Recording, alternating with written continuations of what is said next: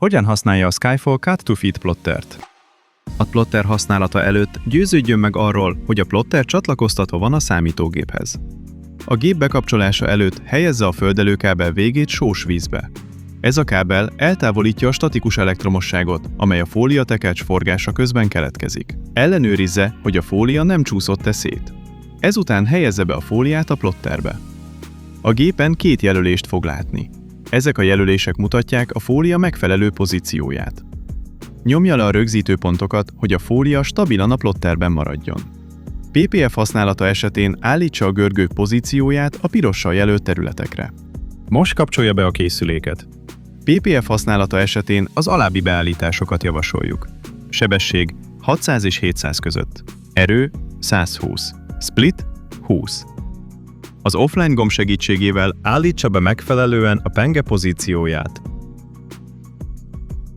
a következő lépés a tesztvágás elvégzése.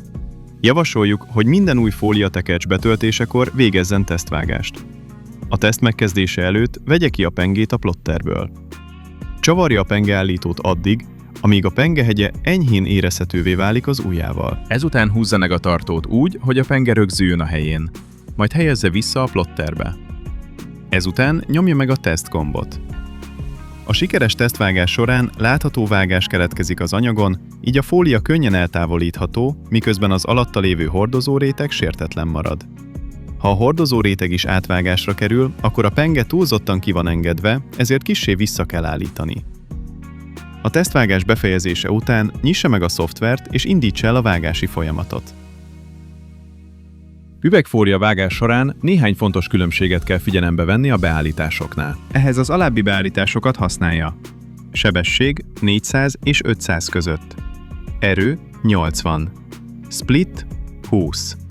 Üvegfólia vágásakor állítsa a görgő pozícióját a sárgával jelölt területekre. A két szélső pozíciónál azonban használja a pirossal jelölt területeket, ahogyan az a videóban is látható.